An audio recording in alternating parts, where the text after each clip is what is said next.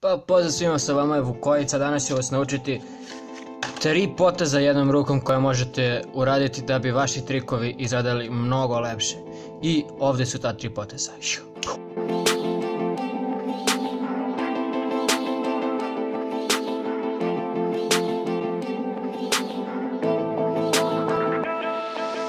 Pa YouTuberi, dobrodošli nazad, nadam se da vam se svidjelo ono što ste vidjeli, naravno da vam se svidjelo, u stvari, kome se ono ne bi svidjelo, zar ne? Pa bez daljeg odlaganja pređimo na prvi potez koji izgleda ovako i naziva se Ferris. Ferris je jedan od fancy načina da se okrene karta, ovako izgleda usporeno. Možete naravno tako i vratiti, ovo je sve usporeno, vidite. I usporeno kada se radi izgleda lepo, zar ne? Pa neću više da jedem govna, tako da pređemo na tutorial ovako. Gurnete kartu i uhvatite gore pri vrhu. Vidite? Zatim, stavite srednji prst do palca i gurnete ovako kartu. Isklonite palac, dok karta ne dođe dok srednji prst ne dođe do vašeg kažiprsta i dok karta ne bude između njih. Odatle krenete da okrenete srednji prst iza kažiprsta, znači da uradite ovo, vidite? Znači bukvalno pokret je ovakav. Dakle imate kartu, krenete ovako, okrenete dotle i odatle samo pustite gravitaciju da uradi svoje. To je u punoj brzini izgleda ovako, na početku će vam biti malo teže tako da nećete odmah moći da ga uradite u punoj brzini, ali verujte mi, vrlo je lak potez, neće vam trebati, neće vam trebati mnogo vremena da ga naučite, pa odmah krenimo na drugi potez. Drugi potez se naziva Flicker, to je u stvari ovaj potez ovde, ovo je stvarno prelepa stvar i vrlo je laka također. Znači, treba da imate kartu u Mechanics gripu normalnom, zatim da je povučete ovako, da je držite samo srednjim prstom, vidite, stavite kažiprst ispod i izbacite ovako, vidite, ovako. Kao kada pucate nekom čuraku, vidite, ovako. Odatle, povučete ruku na gore, dok srednji prst uradi ovo, znači ovo sa kartom, vidite, ovako, i vidite kako je srednji prst došao tu.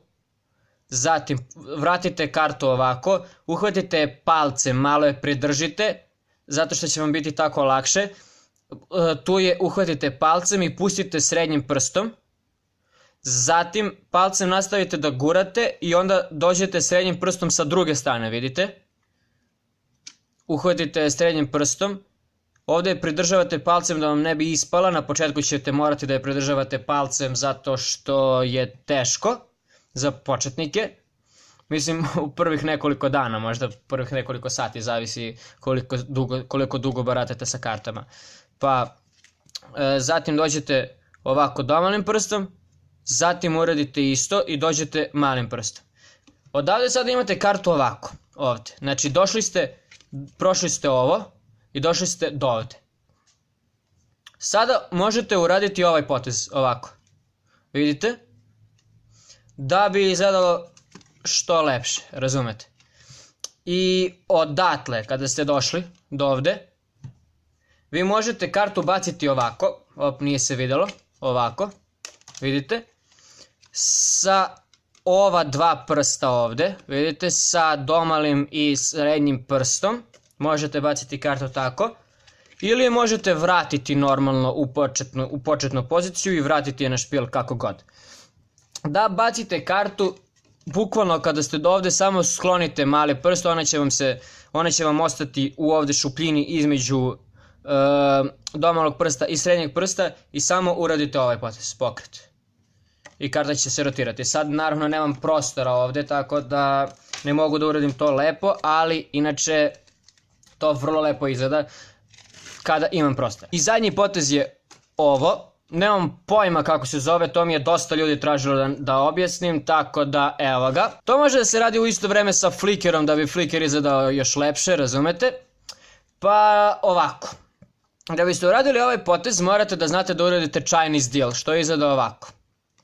Nije teška stvar, ovako, počnite sa pauzom, malim prstom iznad gornje karte i povucite kartu ovako. Bukvalno povučite kažiprstom. I kažiprstom je dovučete do dna ovako.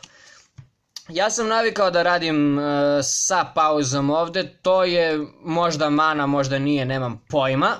Mislim da nije, ali uglavnom ljudi to radi bez pauze malim prstom, ali meni je tako teže, tako da ću se ja držati pauze. Pa ovako, vidite. Izbacite kartu i ne dođete skroz do dole, nego izbacite kartu i dođete do ovde negde, zatim svoj srednji prst stavite na ovu ivicu ovde karte i tu bi bilo prirodno, vidite, ako se uradi dovoljno brzo, da se karta izrotira ovako da vam izgleda, vidite. Znači, pokušat ću to polako nekako da uradim, pogledajte, vidite kako se izrotirala. Bukvalno je počela da pada i ja sam ju uhvatio. I onda, ta rotacija koju vidite se tu desila, vidite. Karta vam je ovde, vi uradite ovako, okrenete špil i bukvalno je samo odatle, samo vratite na vrh i povučete palcem do dna špila. Pa youtuberi, to bi bilo to, možete sa ovim da eksperimentišete, radite šta god želite, ovo su zaista par prelepih poteza. Nadam se da vam se sviđa ovaj video, ako jeste, ostavite like, komentarišite dole šta sledeće želite da vas naučim. Naravno, šerujte ovaj video sa vašim prijateljima da bi oni mogli da nauče ove prelepe poteze i zapratite me na Instagramu ako to želite, linkovi će biti dole u deskripciji. Pa youtuberi, bez daljeg odlaganja, vidimo se u sljedećem videu.